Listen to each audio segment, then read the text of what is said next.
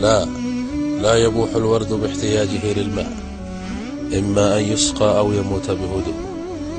هناك قلوب لن تحبك مهما أكرمتها، وقلوب لن تكرهك مهما أوجعتها. أفضل من يدافع عنك في غيابك أخلاقك. كل ملك عظيم كان طفلا باكيا، وكل بناية عظيمة كانت مجرد خريطة.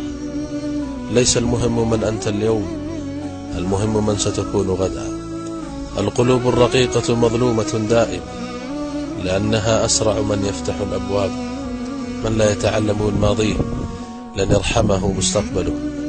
إذا رأيت إنسانا عشق الوحدة فاعلم أنه تحمل أكثر من اللازم. حكمتين احفظهما في هذه الحياة: وأنت في قمة الغضب لا تتخذ قرارا، وأنت في قمة السعادة لا تعطي وعدا.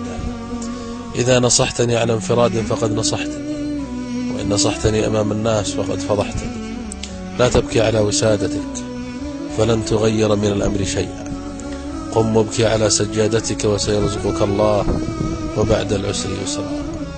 تنفس بلا إله إلا الله، وعاتب نفسك بأستغفر الله، وتألم بيا الله لك الحمد، وتعجب بسبحان الله، وافرح بالصلاة والسلام على رسول الله، واحزن بإنا لله وإنا إليه راجعون، واكسر سم عينك بما شاء الله لا قوة إلا بالله، وابدأ بسم الله، واختم بالحمد لله.